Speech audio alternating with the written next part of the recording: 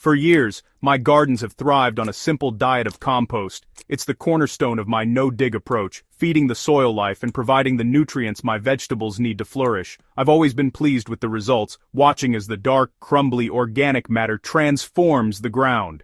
Yet I noticed that in some of my older beds, particularly those with heavier clay soil, water would sometimes sit a little longer after a heavy downpour. The soil was rich, certainly, but it lacked a certain resilience. It felt as though it was missing a structural element, a permanent framework to support the wonderful biology I was fostering with my annual compost mulch. This observation set me on a path to find a long-term solution. I realized that while compost is brilliant for providing food, its structure breaks down over a season or two as the soil organisms consume it. This is a good thing. It's how nutrients are released. However, it means the physical benefits like air pockets and drainage channels are temporary. Soil structure is just as vital as fertility. Think of it like a house. The nutrients are the food in the pantry, but the structure is the foundation and the walls. Without a strong framework, the house is vulnerable. I wanted to give my soil a permanent skeleton, something that would hold on to water and nutrients for years to come, and provide a lasting home for beneficial microbes. My search led me to biochar. It wasn't about replacing compost, far from it. It was about enhancing it, giving it a partner that would amplify its benefits. I decided to run a trial, just as I do with all new methods. On a crisp autumn day, I prepared one of my established beds, a patch where my leeks had just finished. Instead of just adding my usual layer of compost, I incorporated this new ingredient. The idea was to give this bed an underlying strength that would endure through the wet winters and dry summers, a kind of insurance policy for the soil's physical health. The experiment was simple, but the potential it held felt significant. That autumn felt different. It was more than just putting the garden to bed for the winter, it was an investment in its future. I was adding a permanent component to the soil ecosystem. The process was straightforward and aligned perfectly with my no-dig principles. I wasn't disturbing the soil's delicate web of life with heavy digging. Instead, I was adding a material that would become a part of that web, enhancing it for decades. As the leaves fell and the days grew shorter, I covered the bed with its final layer of compost, feeling confident that I was not just feeding the soil for next spring, but fortifying it for many springs to come. So, what exactly is this black, crumbly material? Biochar is essentially a special type of charcoal. It is created by heating organic matter, like wood or even manure, at a high temperature in a low oxygen environment. This process is called pyrolysis. It's not the same as ash from a fire. Ash is what's left after complete combustion and has few long-term benefits for soil.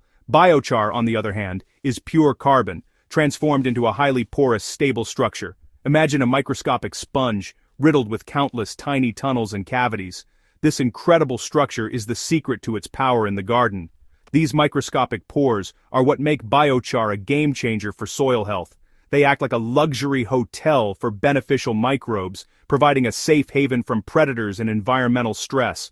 Furthermore, these cavities are brilliant at holding on to water and nutrients. When you water your garden or when it rains, the biochar soaks up moisture like a sponge, releasing it slowly back to plant roots when the soil begins to dry out.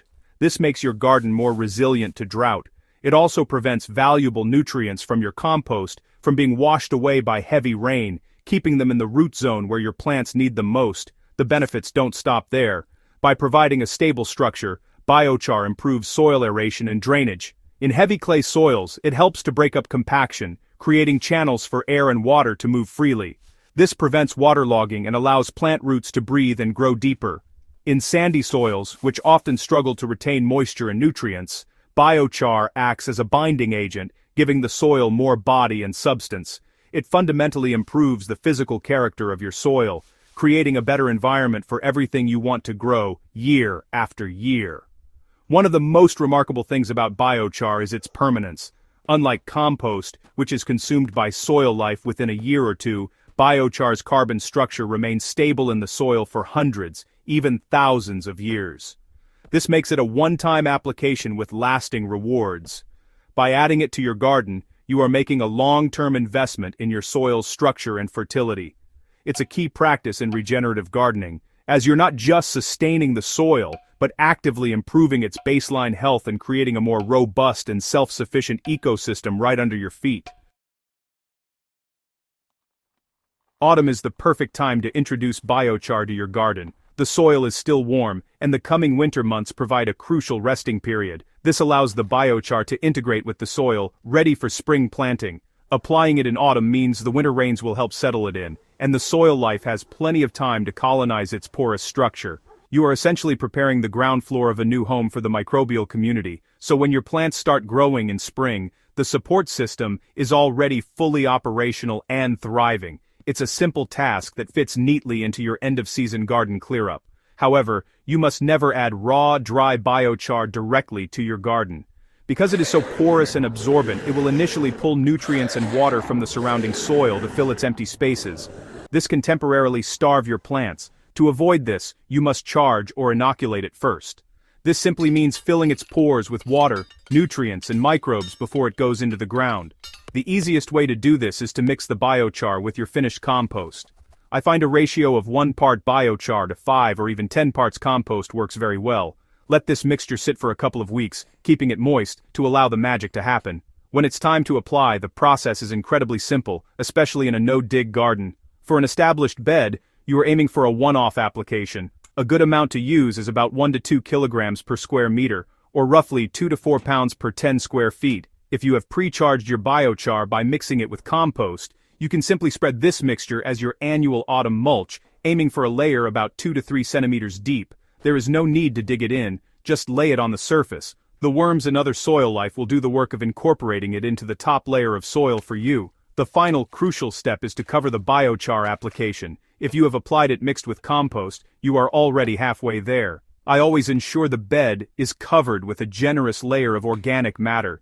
This could be more compost, well-rotted manure, or even a thick mulch of leaves. This surface layer protects the biochar and the soil life from the elements, keeps moisture locked in, and provides a continuous source of food for the soil organisms over winter. This mulch blanket ensures the microbes colonizing your new biochar have everything they need to get established, turning your garden bed into a fertile, structured, and resilient foundation for the year ahead.